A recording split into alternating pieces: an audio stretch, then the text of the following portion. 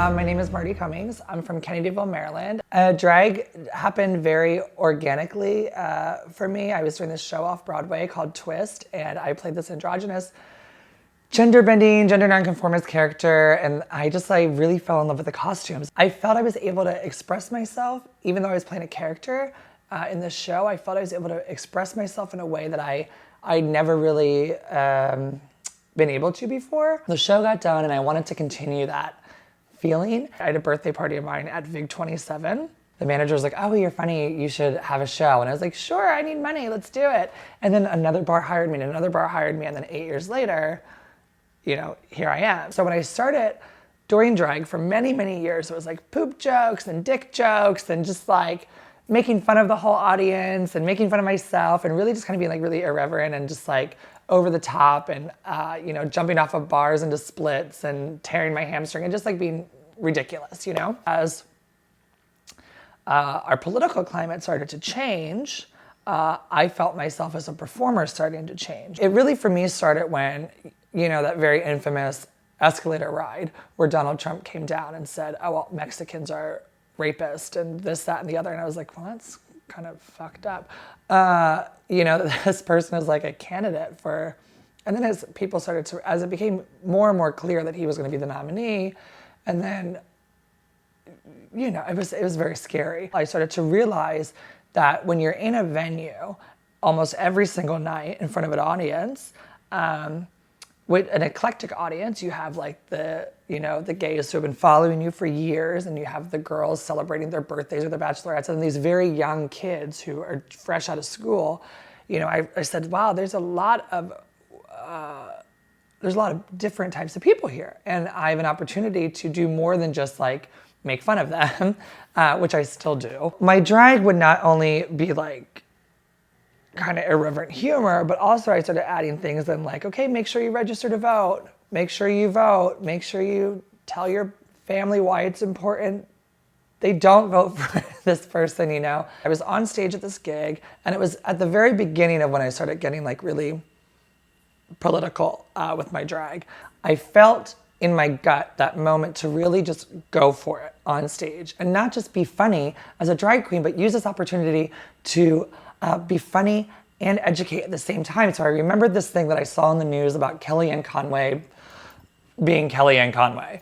And I made a joke about what she said, and I made a joke about how like the gays have abandoned her because her hair looks terrible now, whatever. But then I was like, I transitioned the joke into being like, okay, but this is actually like really serious.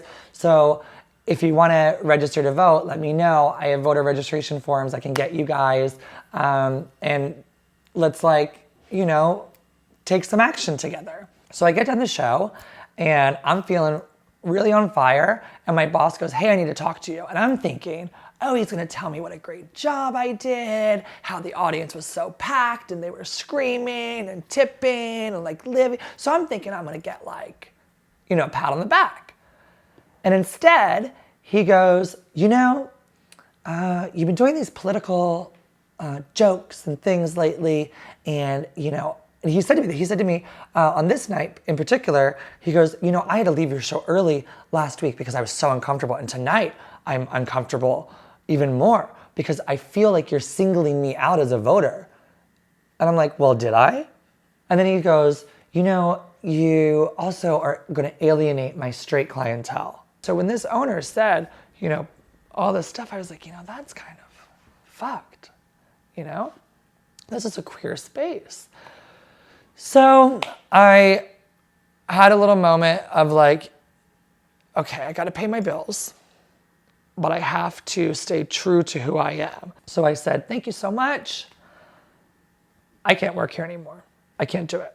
It's a scary thing to say I'm walking away from this paycheck, not knowing if I was going to make it up, because the fear of losing one gig, leaving a gig for my beliefs, you think, well, how many other gigs am I going to have to leave? How many other venues are going to treat me like this? And I was texting another venue that I work for, and they own 2 venues, this other venue, and they were like, oh my God, just move your show over here. You can talk about politics all you want, I did some research, and I saw that the political club in the neighborhood I lived in at the time was pretty dormant. First of all, I didn't even know what a political club was, but I said I'm going to start one and figure it out.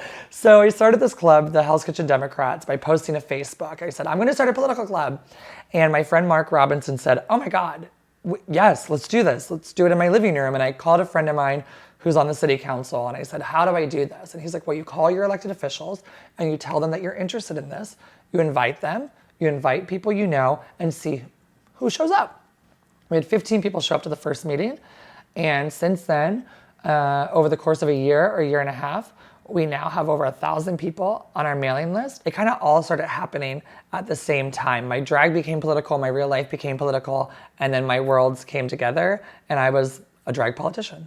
And now, because of my politics, I don't only travel as a performer, but I travel as like a performer who does politics. People hire me to speak about this stuff now. And so if you're like a new queen and you're like fearful, you're thinking, oh my God, if I turn a gig down, I'm not going to be successful. I'm not going to have money. Well, if you turn it down for a just reason that you believe in your heart is right, that will open the opportunity for you to have an abundance of people who support you and who want to hire you because you stuck to your guns and your integrity.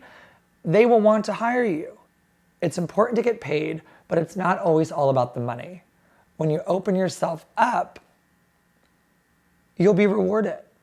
I was. You will be too.